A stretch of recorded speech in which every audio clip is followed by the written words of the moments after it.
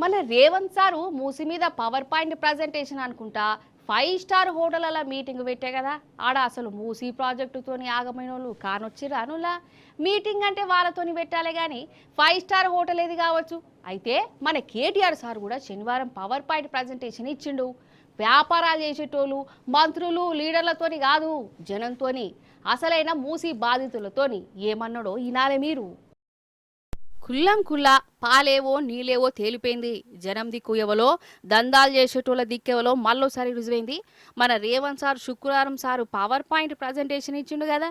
ఇండ్లు ఎట్లా కూల్చాలి, ఎన్ని ఇండ్లు కూలిపోతాయి, ఎట్టెట్లా ఫైదా అవుతుందని అది కూడా ఏడ చేసిండోళ్ళ 5 స్టార్ హోటళ్ళ మంచిగా దావతులు చేసుకుంటా, అవునా కదా. అయితే మన కేటీఆర్ సార్ కూడా పవర్ పాయింట్ ప్రజెంటేషన్ ఇచ్చిండు. ఎక్కడిచ్చిండు? జనంతో ఇచ్చిండు, జనానికి ఇచ్చిండు. మూసీ బాధలతోని మాట్లాడిండు, వాళ్ళతోని మాట్లాడిచ్చిండు. అసలు ఈ ప్రాజెక్టుకు ఎనకున్న కుట్రేందో కుతంత్రమేందో బయట పెట్టిండు. అసలు ఇండ్లు కూల్చకుండా జనాలను రోడ్డు పాలు చేయకుండా మూసీని ఎట్లా బాగు చేయవచ్చో కండ్లకు కట్టినట్టు వివరంగా చెప్పిండు. మూసీలో ఫస్ట్ చేయాల్సిన పని ట్రీటెడ్ వాటర్ ముందు వచ్చేటట్టు చూసుకోవడం. రెండోది వరద నష్టం లేకుండా అన్ని నాళాలను కూడా అవసరమైతే నీట్గా చేసుకోవడం. ఎస్ఎన్డిపిని కంటిన్యూ చేయడం. ఆ తర్వాత మీరు మంచిగా గోదావరి నీళ్లు తెచ్చి హిమాయత్ సాగర్లో, ఉస్మాన్ సాగర్లో నింపి గేట్లు ఎత్తి చెక్ డ్యాములు కట్టి నీళ్లు జీవనదిలాగా మూసీని చూపెట్టడం. ఫ్లడ్ కంట్రోల్ అంటే ఇంకెట్లా చేయొచ్చు నిర్మాణాలు, ఎవ్వరికి డిస్టర్బెన్స్ లేకుండా నీట్గా ప్రజలకు ఆహ్లాదం ఉండేటట్టు.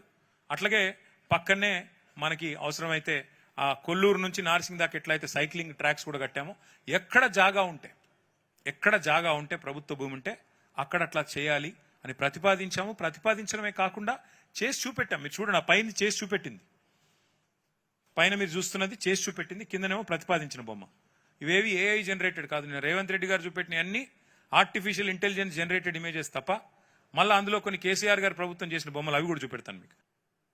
ఒకటి గమనించండి, ఆ పైన ఎక్కడైతే జాగా ఉందో మీరు గమనించండి, ఇక్కడ చాలా ఇంపార్టెంట్ ఇది. ఎక్కడైతే జాగా ఉందో, ఎక్కడైతే ప్రభుత్వానికి రోడ్డు పక్కకు వెసులుబాటు ఉందో, ఇక్కడ గ్రీన్ లా కనబడుతుందిగా, గ్రీన్ లైన్, అక్కడ చెరువు రెండు దిక్కుల మనం రోడ్డు డిజైన్ చేశాం. ఎక్కడైతే జాగా లేదో ఆ రెడ్ లైన్ కనబడుతుంది కదా, అందులో మూసి మధ్యలోకి వెళ్ళి తీసుకొని పోయినాం తప్ప ఒక్క ఇల్లు కూలగొట్టకుండా చేయాలి అనే అట్లా డిజైన్ చేశాం. మళ్ళీ కిందికి పోతే ఊరు దాటిన తర్వాత మీకు జాగా ఉంది.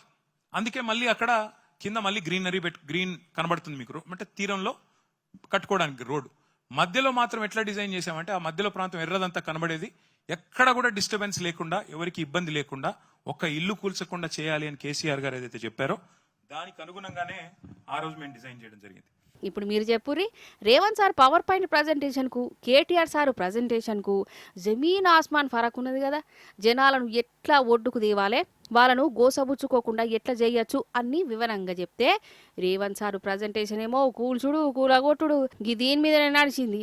అసలు మూసీ బాధితుల మనసులో ఉన్న మాట కూడా రేవంత్ సారు బయట పెట్టలే. కానీ కేటీఆర్ సారు వాళ్ళ తన్లాటను మళ్ళక లోకానికి ఎరక చేసిండు.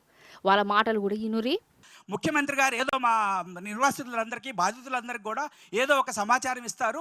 అందరూ మీరు, ఎందుకంటే ప్రత్యేకంగా బయట మాట్లాడే మాటలన్నీ ఆయన కూడా మిమ్మల్ని అందరినీ మేము పిలుస్తాము, ఎవరికి కూడా ఆస్తికి ఒకళ్ళు కోల్పోయే అవకాశం ఉండదు, మీకోసమే మా ప్రభుత్వం పనిచేస్తుందనే మాటలు మాట్లాడుతూ ఉన్నారు. కాబట్టి ఆశతో చూస్తూ ఉన్నాము. అయితే టీడీఆర్లు మాత్రమే ఆయన మాట్లాడారు. ఇంకెటువంటి 2013 చట్టం ప్రకారం నిర్వాసితులకు ఇవ్వాల్సినటువంటి కంపెన్సేషన్ విషయాలు అన్ని, రీహాబిలిటేషన్ గురించి కూడా ఒక్క మాట కూడా మాట్లాడాలి. తర్వాత ముఖ్యమంత్రి గారు వచ్చినప్పుడు ముఖ్యమంత్రి గారు మాట్లాడతారేమో అనుకున్నాను. ముఖ్యమంత్రి గారు కూడా ఒక్క మాట కూడా మాట్లాడలేదు. మన కామన్ మ్యాన్ కి సే లేకుండా, పబ్లిక్ ఒపీనియన్ తీసుకోకుండా ఇంత పెద్ద ప్రాజెక్ట్ లో ముందుకెళ్ళడానికి సిద్ధమయ్యారు.